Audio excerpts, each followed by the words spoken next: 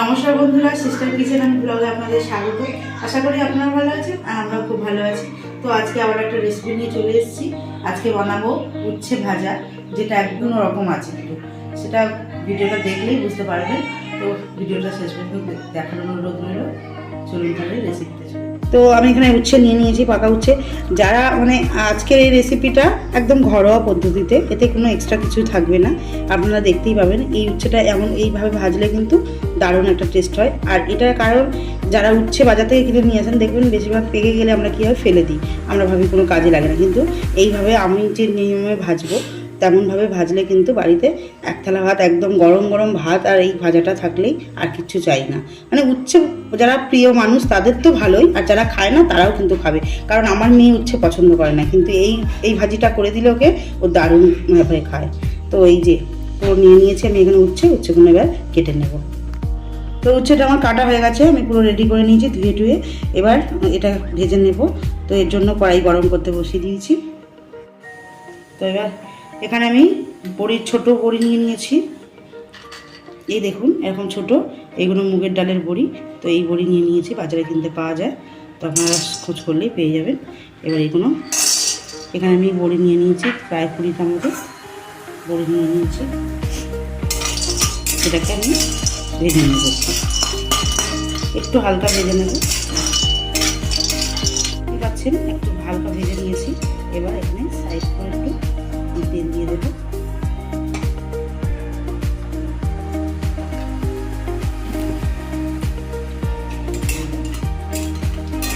একটু ভালো করে ভেজে নেব, একটু লাল লাল করে ভেজে নেব। তো ভাজা হয়ে গেছে, আমি নামিয়ে নিয়েছি। শুকনো লঙ্কা এগুলো দিয়ে দেবো উচ্ছেটা।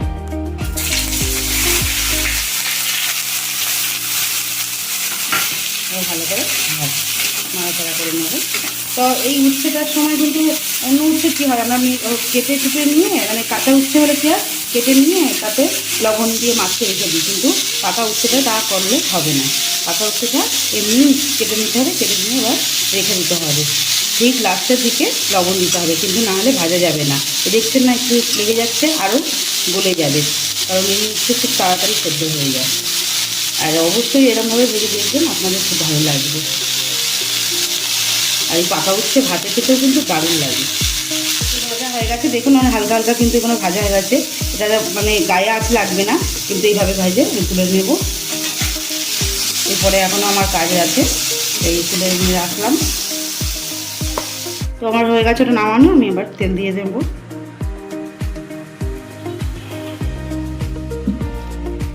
এখানে আমি পেঁয়াজ দেখুন চৌকো চৌকো করে কেটে নিয়েছি, একদম চৌকো চৌকো করে ছোটো ছোটো কেটে নিয়েছি। ঠিক যেমন করে উচ্ছেটা কেটে নিয়েছি তেমন করে পেঁয়াজগুলো কেটে নিয়েছি। একটু পেঁয়াজটা পরিমাণে বেশি দিতে হবে, তাতে ভালো লাগবে। যত পেঁয়াজ দেবেন ততই বেশি ভালো লাগবে। পেঁয়াজটা এবার দিয়ে দেবেন।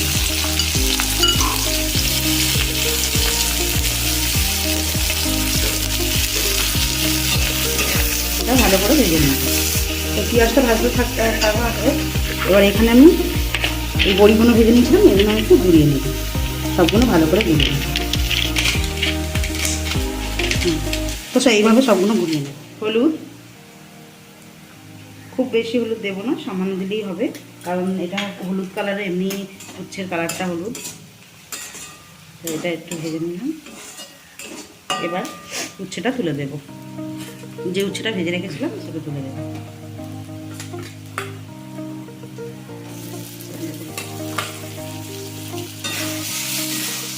তো এবার লবণ দেব।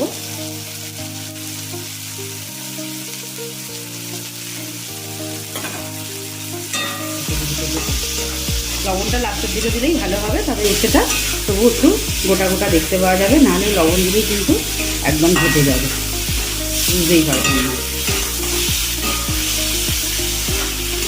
এইভাবে ভেজে নেব। পুরো আমার রেডি হয়ে গেছে, আর সামান্য 1 মিনিট মতো একটু ভাজবো। তো ওখানে যে বড়ি ভাজা রেখেছিলাম সেটা সামান্য হাফটা দিলাম আমি, এতে হাফটা আমার লাগবে একটু। এটা একটু মিক্স করে নেব। তোমার পুরো বন্ধ, আমি গ্যাস বন্ধ করে দিয়েছি। এটা জাস্ট নেড়ে চেড়ে নিলাম, নেড়ে চেড়ে এবার নামিয়ে নেব। তো তো এই যে এবার যে বড়ি ভাজাটা রেখেছিলাম সেটা আমি এরকমভাবে ছড়িয়ে দিলাম। এবার যে লঙ্কাগুলো ছিল ওগুলো দিয়ে দিলাম, এটা সাজানোর জন্য জাস্ট। এবার পুরো আমার রেডি হয়ে গেল। তো দেখলেন কেমন করে করলাম। তো ভিডিওটা দেখবেন, আশা করি আপনাদেরও ভালো লেগেছে। আর ভালো লাগলে অবশ্যই লাইক দেবেন, কমেন্ট করে বলবেন কেমন হয়েছে।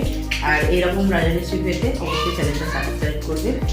তো ততক্ষণের জন্য ভালো থাকবেন, সুস্থ থাকবেন। পরের ভিডিওতে আবার দেখা হবে। টাটা।